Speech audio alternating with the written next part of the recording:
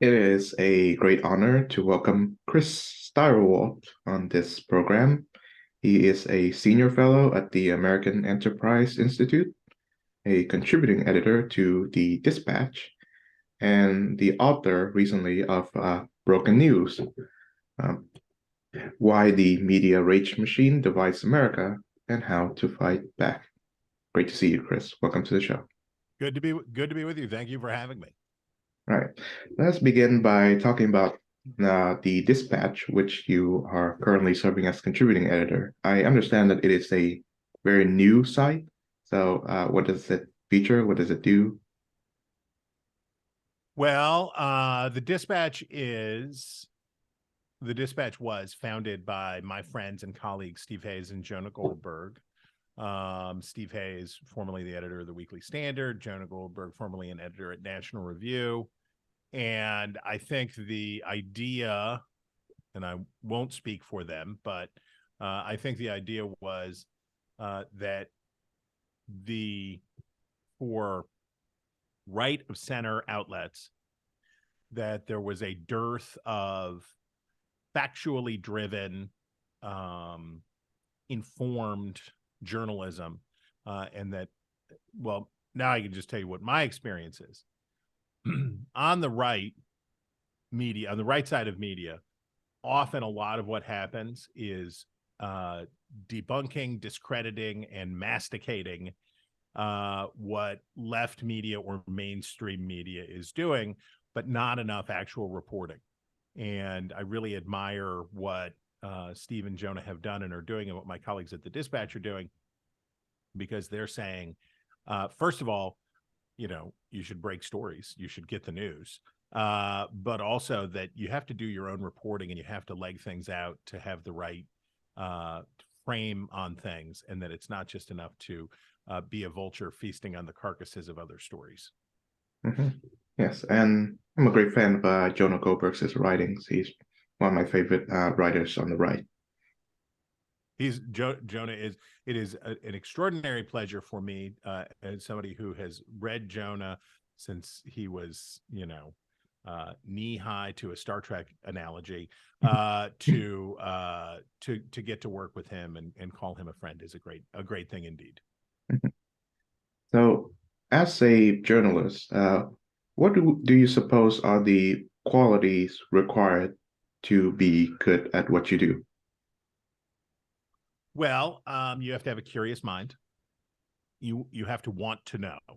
Um, you have to be willing to be disliked. You have to have a like, I think many vocations, you have to have the right mixture of agreeability and disagreeability. You have to be agreeable enough that you can work with other people, that you can work inside systems, that you can do that. But then you have to be willing ultimately to be the skunk at the garden party, and you have to be okay with that. You also need to be willing to be honest, even when it does not lead you in the direction that you thought. Very often, the best stories, when I was a reporter, very often the best stories were the ones that did not turn out the way that I expected them to. That when you come in with a set of priors and expectations, the willingness to follow the story. So there is, so I guess I would say curiosity, sufficient disagreeability, honesty, and a humility sufficient to be willing to be wrong. Mhm. So, a related question, why do we need the news? Well, the news, so the news is a business. Um, so information is a thing, uh, and news is a business. Um, we have tried to commoditize information, to say that it could be obtained and used, divorced from or separate from the process of getting it and sharing it, and the idea of a sort of platonic uh, information availability was one of the early promises, I think, of the connected world, right? Um, I should say that for some news, it is commoditizable, right? Some information is commoditizable. Who won the game? Um, what was the gross national product? Ideally, what was the result of the election? When you're talking about data, you should be able to say this is what it is, this is what it isn't. The news business is the mechanism how in the United States and the West that we get it is the I think you could make an analogy to, let's say, the healthcare industry. So everybody needs healthcare. How we deliver healthcare in the United States is through a serpentine system that involves the government, that involves health insurance companies and HMOs and those things, and then providers of this kind and providers of that kind. Every American, in order to be a good citizen, every American needs to know what is the business of the country these days, what's going on, what are the issues, what are the concerns, because they have to be able to determine whether the people that they elect to represent them and to govern them are doing a good job or a bad job. One of the real benefits of living in a republic is that we're supposed to be able to get a couple of years off, right? That we elect people, and then in 2 years or 4 years or 6 years, we come back and say, should they keep their job or not keep their job? So you need a baseline of reliable information to do that work as a citizen. So that's when the country was founded, the news business was present, understood substantially in the same terms that it is today. And that included an understanding of its partisanship, of its profit motives, of all of those things. But I guess I will stop talking by saying this. The alternative to the free flow of information through the news business is ultimately the government, right? The only competitor in the space, right? There's not a way to have it be both decentralized and not for profit. So it would either have to be some version of what we have now, which is a market, or it would have to be a government function. And if it's a government function, of course, you have a worse problem. And the worst problem is that the people in the government are very unlikely to want to talk about things that are unflattering or unhelpful to the government. And they're going to be very inclined to want to talk about things that make the government look good. Yes, so obviously the phrase state-run TV or state-run media is it's derisive to everybody who lives in democracy and believes freedom is possible, is important and possible. But nevertheless, the profit motive isn't there. Like I noticed that even in the United States of America, where I believe there's very few, if not any, state-run media, the news is as so chaotic that you need to write a book titled Broken News. So Western European countries, have a hybrid model, right? Where you have, so if we were to take Britain, you have a government news entity in the BBC, and then there is private competition, certainly in print or now digital, and then television. They've opened it up more and more over time. In the United States, there is some state-supported news in the form of public broadcasting, public TV, public radio. There is some of that, but not much. It's overwhelmingly private sector. The balancing test between in a system where you had purely state run, and I think we should delineate here. So you could have a state-run media outlet like the BBC, right? But there is not censorship of competitor media. Now, we can talk about whether or not the long refusal to allow competition to the BBC constitutes a form of indirect censorship. But whatever the case, the press in Britain is a free press, not as free as the US, but a free press. State-run media in Russia, there is state-supported and state-directed media, but there's also censorship, right? There's also consequences for people. So having a free press, so I would put it this way. The first most important thing is to have a free press, right? And there are many countries in the world that have healthy or that have functioning media ecosystems that have as a component in it a state-run or state-supported entity, but has to be free. And people, I think, tend to forget about the right of free speech, or rather, I should say, the negative right of the government to restrict speech, is that it's not popular, and it's very, as you used the word chaotic. Chaotic is correct. Chaotic is the correct word to describe. And this is true of all of the enumerated rights in the Bill of Rights, which is these are things, the reason that they listed them is that it would be very popular to curtail them because the curtailment of them would make government easier. It would be easier if people didn't have guns. It would be easier if people didn't have the right to choose the religion or free association or speak freely or criticize the government, or if criminals didn't have Fourth and Fifth Amendment rights, and on and on and on. So the reason that those things were put there is that the chaos is the price that comes with freedom.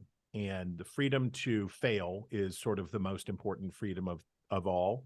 And the trade-offs for expression and communication to diminish chaos. And then the question is, at what cost? And I have a very low degree of confidence that, especially at this time where people both right and left in the United States are interested in curtailing press freedom in the name of less chaos, I have a very low degree of confidence that what they would put in place would be superior to the even chaotic freedom that we enjoy. So you share at least one thing in common with Tucker Carlson in that you both left Fox News in less than amiable circumstances. We both got fired. That is true. We both got fired. I guess I'm putting it politely, but tell me about your experience working at that particular news agency and your experience with Tucker in general, if you do encounter him from time to time.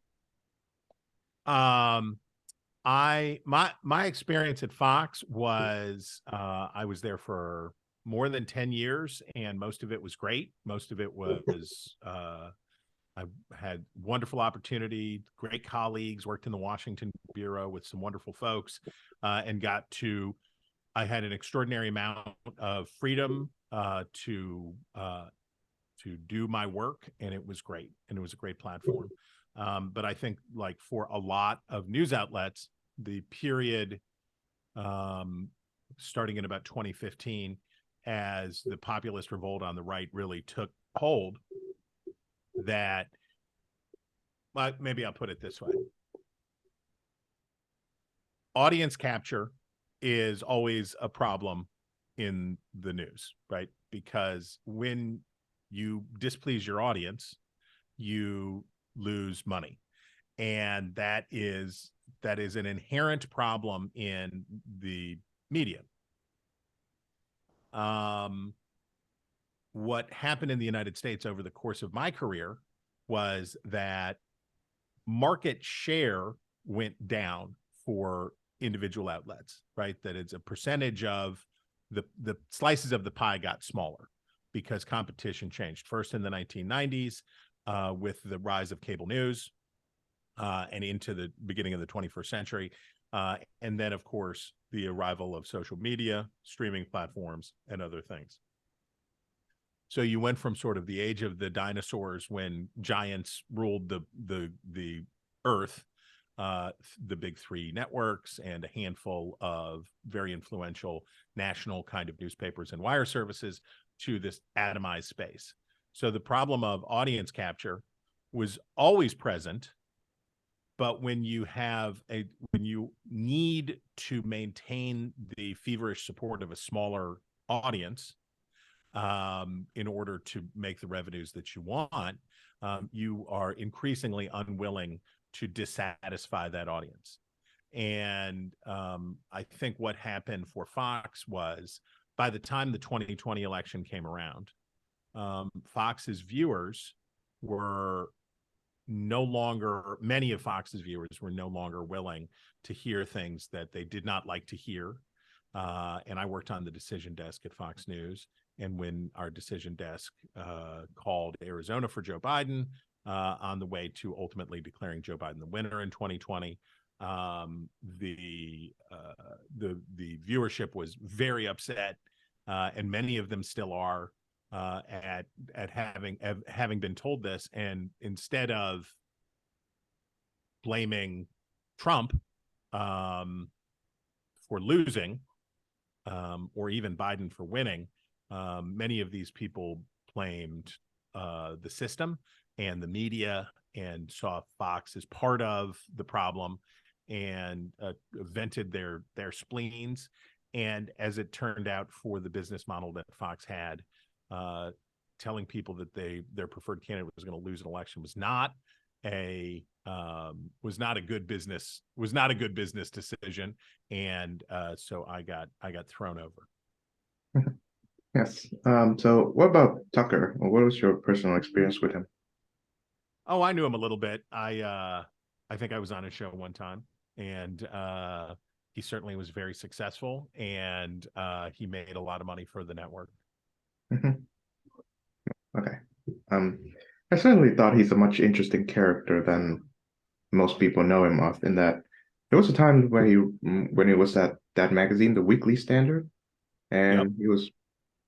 and he was writing like very critical piece about Trump, and he was on CNN at some point, and his party affiliation was Democratic.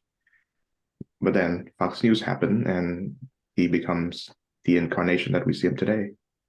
I don't know that he was ever a Democrat, but I can tell you that he certainly was at a point in his career the best long form political journalist writing in America. He had an amazing pen, a great gift of language, great keen eye for writing, and all of that stuff. It's very hard. TV is a very weird business to be in, no matter what, and it's a particularly weird business to be in as a controversialist, right? If the premise of what you're doing on TV is that you are courting controversies in order to either the controversialist would say that he or she was pushing these issues in order to spur discussion. A more skeptical point of view would say that the controversy is an end unto itself, because it generates viewership, it generates revenue. But whatever the case, when you do it, sooner or later, you will become more of a liability than you are an asset. And I have no idea why Fox ultimately chose to cashier Tucker. But the good news for them and for him is everybody made a lot of money, and I'm sure everybody will make a lot more money in the time to come. Yeah, so I do tune in on a small podcast series that you did called The Hangover. Oh Um, yeah. that was a really great one, Oh, thank you. and that plus the Matt Continetti book, The Right, Mm-hmm. 100-Year War for American Conservatism, um, kind of shows me that the label conservative has witnessed a seismic change in that, well, of course, you're working at the American Enterprise Institute, which promotes the principles of free market, limited government, and individual liberty. But ever since Trump happened, um, there are more than a few conservatives that I know who confidently calls themselves that conservatives, but they are very sympathetic to curbing free trade or a more protectionist economic model, Tucker included. And some people like Florida's Ronald DeSantis is more than happy to use state power to advance his ideological agenda. And there's this other part too, in the foreign policy hawkism. Many conservatives today are very skeptical of America's presence in the world, especially military. So my question now to you is, whatever happened to conservatism? What's going on? Well, let me now then engage in a little unlicensed philosophy.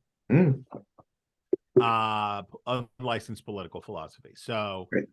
there was no such thing as conservatism in the United States until the arrival of progressivism in the United States from Europe. And the concept of progressivism held, and there are many ways that you could have defined progressivism at the turn of the previous century. But the concept basically, I will put it as science, technology, modernity will allow us to leap ahead of the problems that are endemic to a liberty-based society. That the Constitution, that the idea of a constitutional order, and this is evident in the policies enacted and put forward by Woodrow Wilson, certainly, but also Teddy Roosevelt. There were progressives on the right and on the left in the Republican Party and in the Democratic Party. And progressivism basically said, it's time to move ahead to modern government, and we can fix the problems because we now have the solution. And this, among Republicans, would include not just Roosevelt, but guys like Herbert Hoover and many others who progressivism could be defined sort of as a technocratic approach to government. The backlash against progressivism is conservatism. And this is found in first, you can look at the election of 1912, William Howard Taft and his battle with first Roosevelt in the Republican primary, and then in the general election with both Wilson and Roosevelt.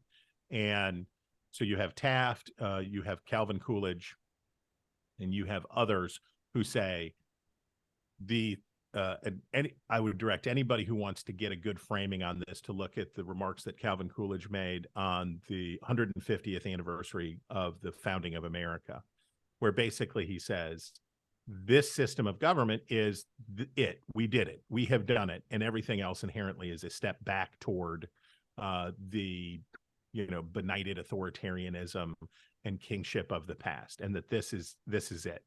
And so this makes American conservatism the response to progressivism. And by the time you get to the 1930s, you have that kind of conservatism, but then you have another already kind of conservatism in America, which is a more nationalistic conservatism. This is a closer cousin to what European conservatism is like, which is in Europe, we talk about, the blood and soil, throne and altar kind of conservatism that wants to protect things as they are. And it is culturally conservative, and it is interested in using government power to promulgate a way of living and a way of being that they prefer. And this was present on the American right and present in both parties through the 20th century. But always present in America was that other strain about, what is American conservatism supposed to conserve? The founding, the principles of the founding, which makes it weird because it is a conservatism that is trying to conserve a revolution. It's a conservatism that is trying to conserve some core principles of the Enlightenment and carry it forward. By the time you get to the 1960s and 70s in the United States, the division between those two concepts of conservatism is very much on display. And if we look at the conflict between Richard Nixon and Ronald Reagan inside the Republican Party, in the late 60s and early 1970s, where you have Reagan, an acolyte of Barry Goldwater, who had gone down to defeat to Lyndon Johnson in 1964. But there was a cadre of these kinds of Coolidgean conservatives that wanted what you described, right? Which was limited government, individual liberties to conserve the principles of the founding. And they were at war with a much more nationalistic and a much more comfortable with the use of government power for the purposes of social engineering and to provide outcomes. When Ronald Reagan won the presidency on his second try in 1980, defeating Nixon's Vice President Gerald Ford, it was an aberration, not the norm, right? Reagan was brought back a conservatism that Americans hadn't really seen much of since the 1920s. So it was a real departure. This coalition, this consensus that Reagan built, as you point out, also relied in large part on a hawkish approach to the Cold War of confronting the Soviet Union and communism on the global stage, which really helped smooth over the differences between the conservatives and the nationalists, because both of them were anti-communist. So it made that more possible. With the end of the Cold War and then the short-lived post 9/11 consensus, these old conflicts erupted again. And I think one thing that a lot of traditional conservatives forgot along the way is that these things are unpopular. The reason, as we were talking about, the reason we have a Bill of Rights is because those rights are not popular. People don't want those things, but we wrote them down and we keep them because this is a message from our past saying, when you abridge these freedoms, when you put the government in these places, bad things happen. So we have to accept the chaos in order to have the freedom that's requisite. So I think Trump is an important part of the story, but he is an avatar of the populist nationalistic right in the same way that Pat Buchanan was, in the same way that Teddy Roosevelt was. Like we can track back through history that line, and has probably had more success than the traditional conservative line in Republican politics. Well, I should mention the Jonah Goldberg book, Liberal Fascism. Suicide. Oh yeah. Oh yeah. That too. But yeah, liberal fascism is one that I'm genuinely impressed by, in that he has a very detailed historical research on the progressive age and how it resonates true to, I guess, democratic, big D, democratic American politics today. And one of the phrases that he ridicules is Hillary Clinton and we need a politics of meaning. And he says that that's rather ridiculous. But these days, at least when you look at the so-called post-liberal or national conservative circles, they are advocating for just that, but their version of the politics of meaning.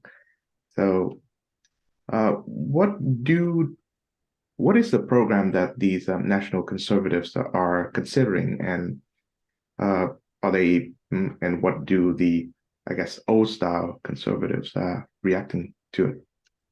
Well, so conservatism is also inherently reactionary, right?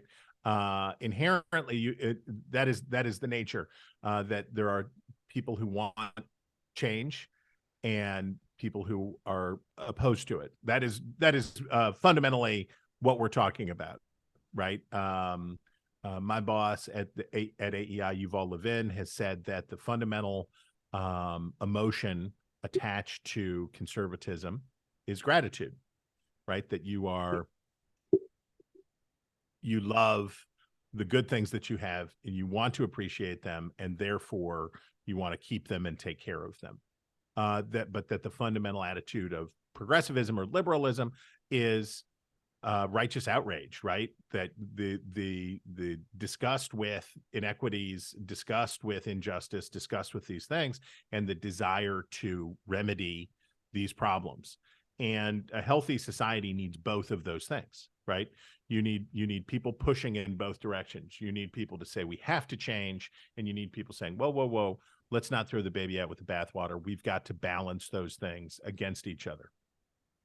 And that is the process that our system of government is supposed to accommodate, right?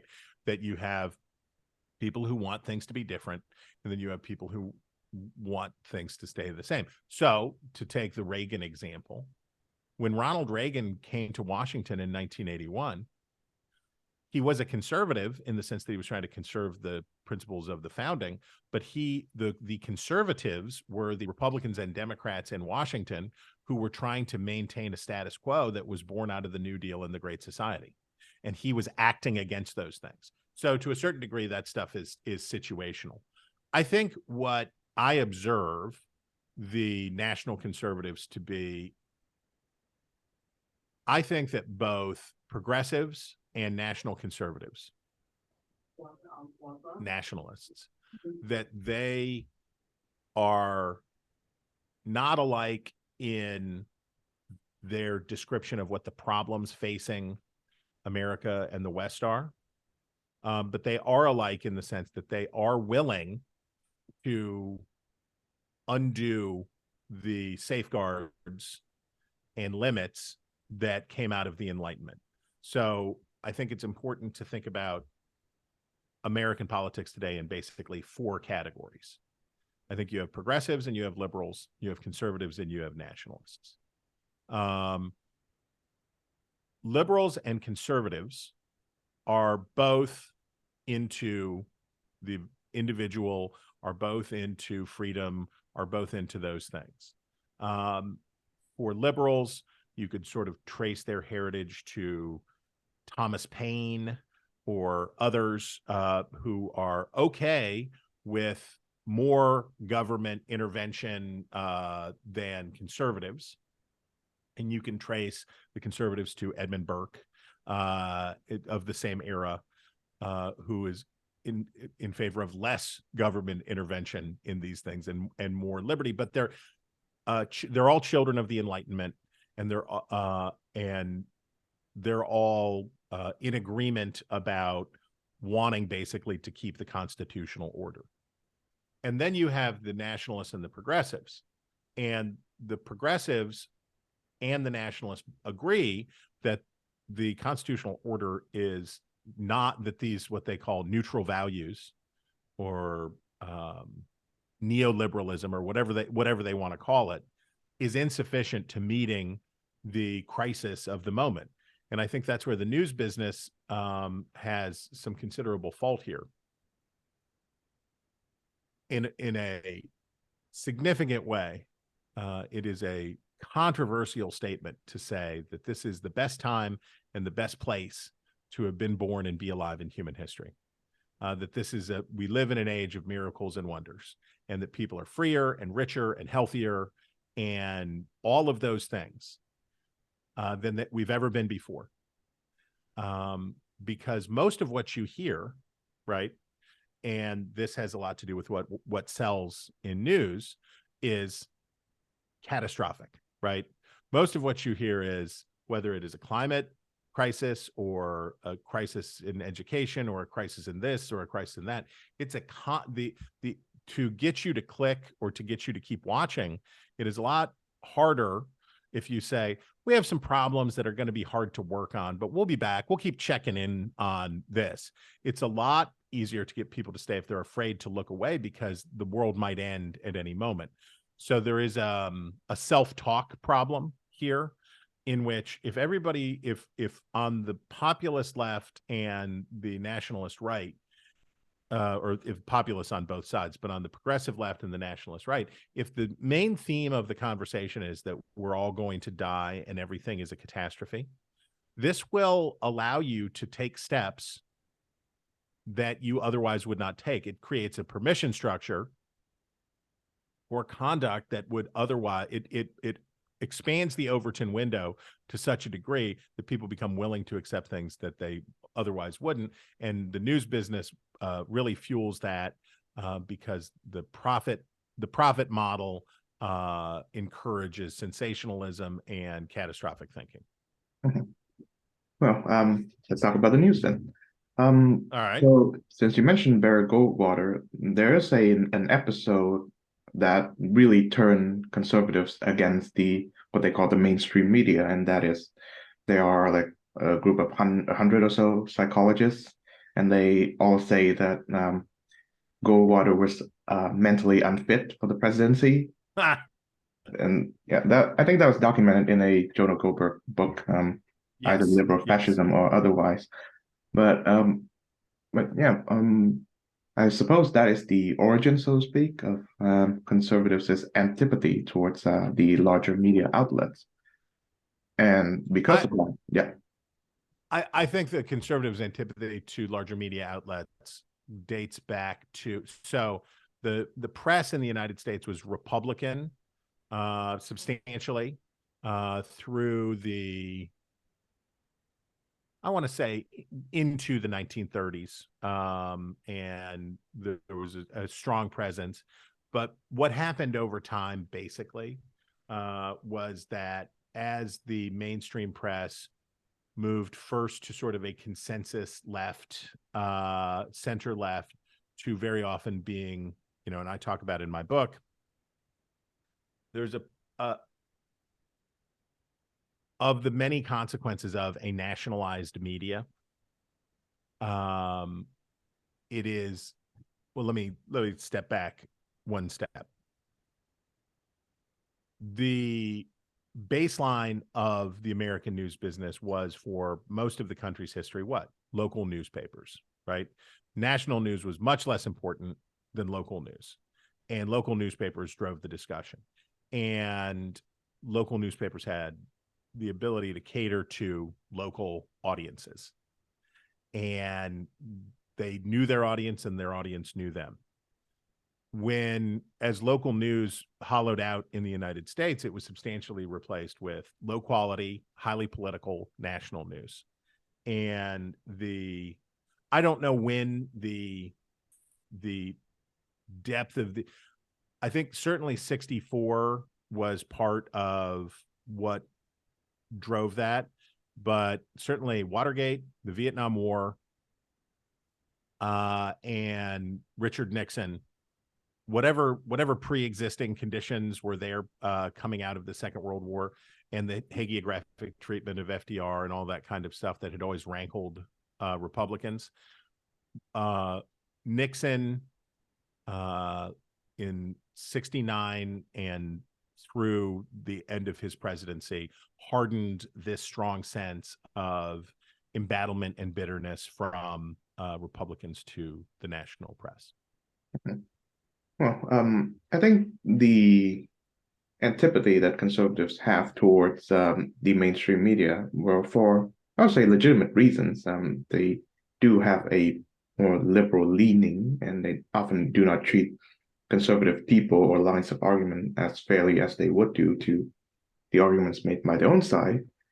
But the response to it, in that the establishment of Fox News, as well as the rise of talk radio, think Rush Limbaugh, was very extreme on the other side, in that they shamelessly admit that they are unfair, they are pro-conservative, they are anti-liberal, and the half, if not more than that, of the time is that rather than reporting on a news event and then having conservative leaning commentaries on that, they would report on how a member of the so-called liberal press reports on it, and then accuse them of having biases.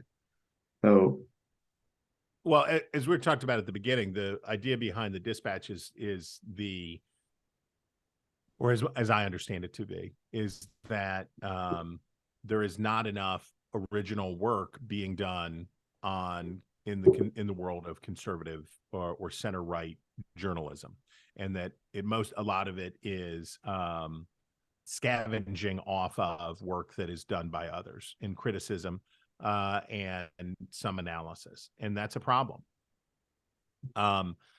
If the premise, well, maybe I'll put it like this.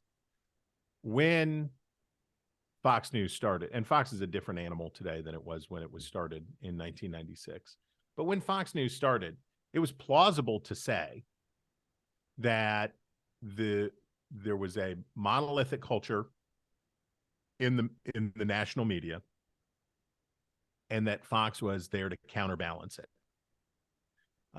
And certainly for the media world, so I think an important thing to remember here, a bubble inflated during the Second World War that created a period in American media that was different from everything that came before it.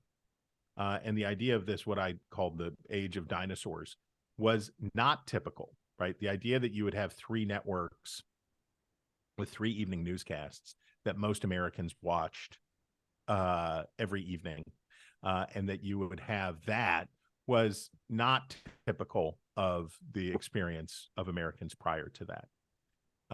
And if you thought that what you were doing was cracking into that highly dominant, super saturated, very powerful, and sort of impervious universe, then you're like, okay, well, then I'm an insurgent here.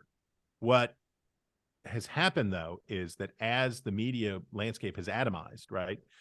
I don't know how many people watch the CBS Evening News now, but it ain't that many, right? The power of, nobody wants to be Goliath in the story of David and Goliath, right?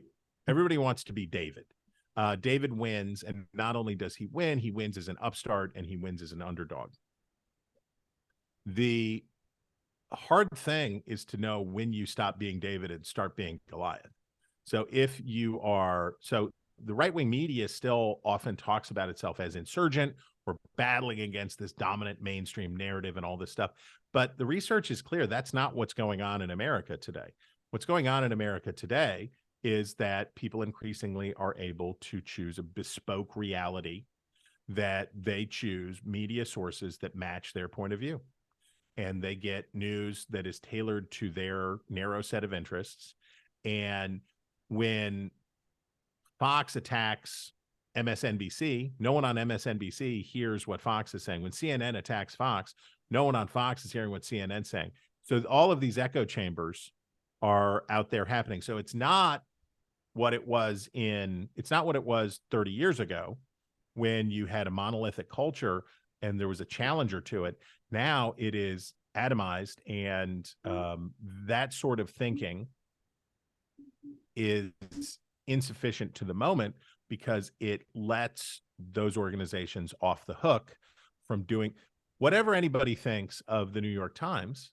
The New York Times spends lots and lots and lots of money and takes lots and lots of time to report the news, right?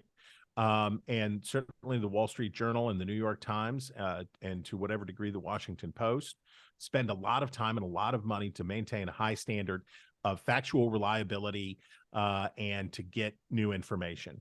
And those things are worth doing, whether you agree with the point of view or not. So I think we are passing through an awkward adolescence for the 21st century news media, in which we are coming to understand and coming to accept that there is no them, right? There's not a them and an us, that we've been living in this atomized space, and it's time for people to sort of take some more responsibility, more accountability for what they're doing, not what they're doing as compared to a straw man they've built.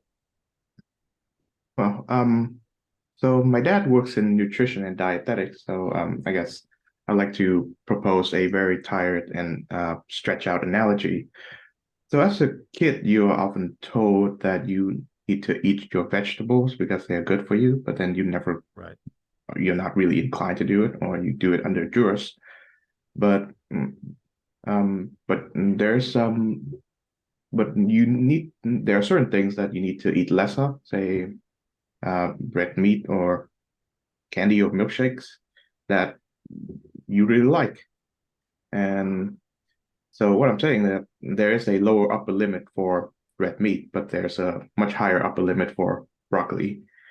And Right. as a market society, and this is happening with the food industry as well, um, in order to maximize profit and to satisfy the greatest number of people, food companies have uh, I guess, calibrated the amount of salt, fat, and sugar in order to make the maximum tastiest kind of food that will guarantee you coming for more and more and more. But they are contravening, I guess, what it means to be eating healthy. I think the same is going on with the news media, in that, uh, especially your former employer, Fox News, in that instead of giving them the broccoli, i.e., balanced news reporting, Fox News and other media sites of that sort is dishing out red meat. And since the people are very hungry for red meat and they keep coming back for more, um, that's what they're doing. So, is there a balanced news diet that consists of a moderate amount of red meat uh, and a good amount of vegetables that can be achieved? Well, I have made much use of this analogy myself. And in my book, I talk about, so think about it this way. For 100,000 years, the human experience was to try to get enough calories, right? How can we obtain enough calories today to stay alive, to reproduce, and keep going? How do we do that? And it was a struggle.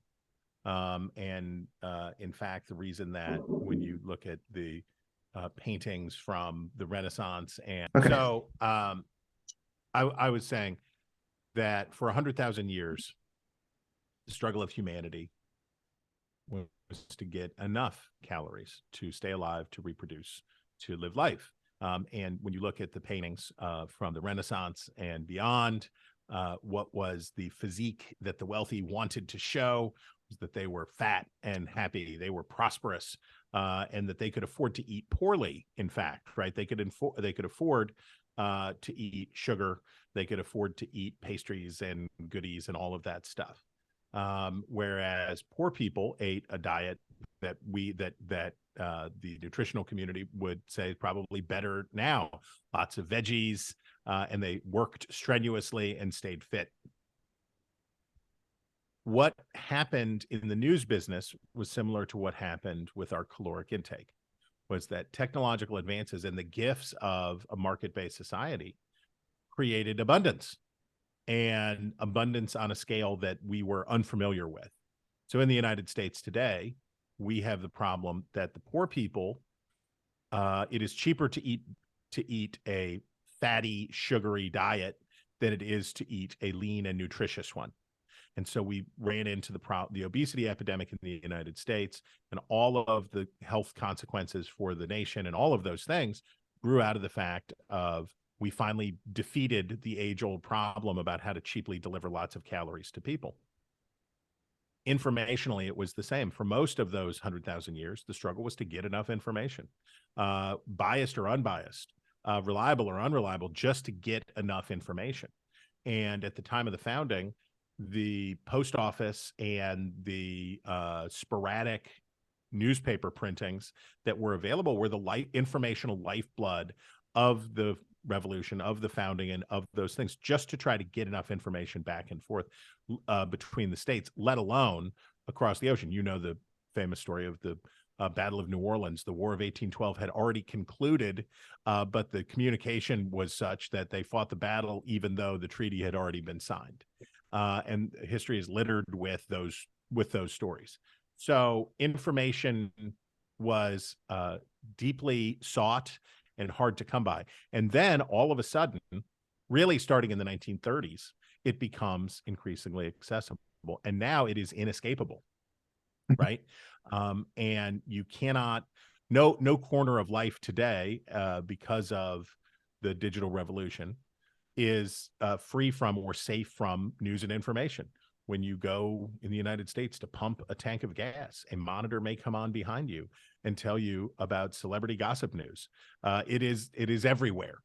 And we have a similar problem, which is, as consumers, we have different challenges now than our grandparents did, because we have to learn to make better choices about what vegetables to eat and how to do those things. The challenging part is that there is no external force in either case to make people be better, right? There is no outside force that makes people daily say, I'm not going to go and get McDonald's today. I'm going to stay at home and I'm going to cook up some broccoli and a nice, and I'm here to defend red meat, and a nice steak. I'm going to do that because it's better for me, and I understand that I want to live a healthier life and that it's good for me. We are seeing the consequences of the diseases of affluence in our politics today, in substantial part because of this media sickness, right? This informational overload. And we had better become better consumers. We had better become better consumers because if we continue down the path of junk food news consumption, we will lose our republic. We will lose our freedom. We will lose our prosperity. We will lose all of those things because we will lose the capacity for self-government. I, as a journalist, have special obligations to the Constitution, and I have a special debt to the people who fought to preserve, protect, and defend it and died doing so. I have a special obligation to them. So I can't make a living. I can't do things as a journalist that are bad for the republic knowingly, right? I'm sure I've done things that are not good, but I can't say, okay, I know this is the wrong thing to do, but I'm going to do it anyway because it's an easier way to make a buck. I can't do that because of the debts that I owe. But as citizens, we have a debt to each other, and that debt is to be reasonably well informed so that we can be partners in self-government. We enjoy these freedoms, we enjoy these liberties in America and in the West. They will not persist if we cannot work together in order to address problems, and if we cannot work together to elect people of good character and conscience. We cannot do it. So this is the problems we have in the media are demand side problems substantially. People want the junk food. They want the junk food, and there will always be somebody there to give it to them. What has to happen is we need to change the inputs on the demand side, and that citizens have to be more responsible consumers and say, I know I want the cheeseburger, but I need to get some broccoli in the diet today. So, two final questions. The first is, I believe there is a supply side problem too, in that the advent of 24-hour cable news is, I believe, it's a Pandora's box that we should never have left open. So an example of this would be when CNN was first came out. America entered the first war with Iraq. We called it the Gulf War at this point. So the French philosopher Jean Baudrillard infamously said the Gulf War did not happen, and by that he means that not that it means that Iraq did not invade Kuwait and the United Nations did not respond, but the idea that for many Americans the Gulf War is but a blip in their history, in their memory. Unlike, say, the Second World War or the war in Vietnam, that is because of the advent of 24-hour cable news, and everyone knows the coverage of the war, but very few knows the experience of actually fighting in it.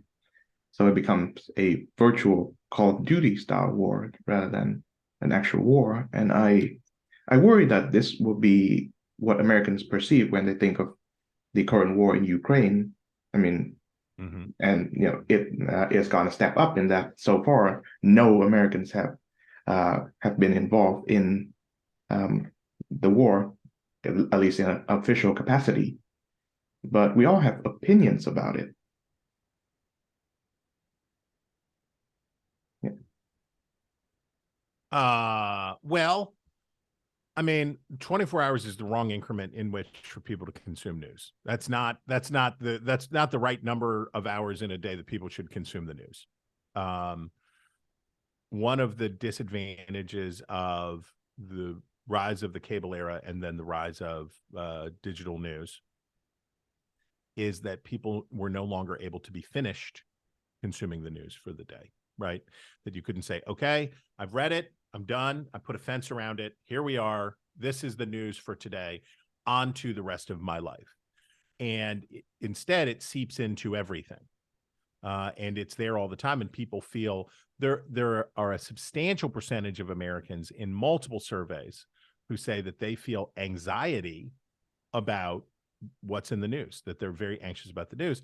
And the truth is, most of what's in the news, not only does it not only can you not affect it, it doesn't affect you, right? It doesn't have a direct effect on your life.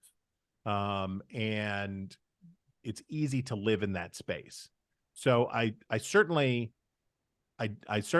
understand the problem of wars being fought by people other the advantage of a country of citizen soldiers is that the hardships of war are shared broadly, and that more people have a stake in the foreign policy decisions that are made.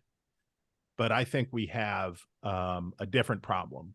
We have an additional problem that's different from that, which is the number of people who are too emotionally connected to the news and information all day, every day, and live in it way, way, way too much. The immersive nature of news and information today steals from people who become addicted and become lost in it the ability to enjoy their life as it is and be present as they are. As I was saying earlier, the advantage of living in a republic is that you don't have to do it 24 hours a day. You don't have to do it all the time. You can make a decision, you can be reasonably well informed, and then you can come back in and make a decision about whether you want to keep or reject your representatives, who you want to represent you. And that is undercut by the feeling, especially driven by social media, that you're a participant, right? So there's all these people who feel emotionally connected to the war in Ukraine who are not, right? They are not, but they feel connected to it, against it, for the Russians, against the Russians, for the Ukrainians, whatever it is. But they feel intensely emotionally connected to it. And they have these powerful feelings about it all of the time, which mean nothing, right? Which do not mean anything, which may affect their vote in 2024, may affect how they vote, but it is information without agency, and it is a frustrating, empty thing. And what too many people in my business are selling is false participation and false inclusion at the detriment of the real thing. And that's very dangerous, because the two feelings are very similar. So what you get out of, let's say, a $5 online contribution to a political candidate or a cause, you get a junk food version of the real thing of involvement, engagement, and activism, right? It's a cheap version of going out, signing up, joining a group, going to party meetings, knocking on doors, and doing all that other stuff. But you were able to just read a tweet, click a button, give $5, and you got that little rush that human beings are hardwired to want to feel. But you didn't really do anything, right? You didn't really put yourself in it. And part of the problem of our time is that information flows designed for alienated people further alienate people, because they're squeezing out the last little bits of that tribal impulse. They're palpating the glands of fear, anxiety, and anger, and that's not good. We need more wholesome. We need vegetables there too. So, final question: what do you believe to be the greatest American film or show made about the news or the news reporting business? Ooh, that's a good question. Um, I think so. So this is show or film because Can the be both, book part. actually. Well, the book part, I will first say the book part, All the King's Men, about the fictionalized story of Huey Long, and its antagonist, or the antagonist slash or the protagonist slash storyteller is a newspaper man who finds himself on a long and often dark journey into that world, is splendid. The Broderick Crawford movie that is made about it is good, but does not, of course, meet the standard of the book. I love. It's been made under two names: The Front Page or His Girl Friday, and there was even a Burt Reynolds version of it that was made, and I think that's called. I forget the name of it. Switching Channels, maybe. But anyway, so the Cary Grant version is splendid. His Girl Friday is just great. But I love the Michael Keaton movie, The Paper. That is a good. It captures the good feelings about working in the newspaper business. It has a great nostalgia trip. It's very good. I love The Paper. I wonder if the movies that show the darker side of the news, say A Face in the Crowd, Ace in the Hole, or Network, intrigue you as much. I love Network. Network is a great movie. Facing the Crowd is a chilling performance. And Andy Griffith he should have won 2 Oscars for that. That is a great thing. And those are good movies. But I, of course, since it's about my business, I like the part that looks like the part that I like. Well, on that note, thank you very much, Chris Stirewalt, author of Broken News, for joining this program. Thanks for having me. Thanks for having the good podcast. Yes, thank you. And the book is wonderful too. Take very good care of yourself. Thank you very much. And best of luck with the dispatcher. Here we go.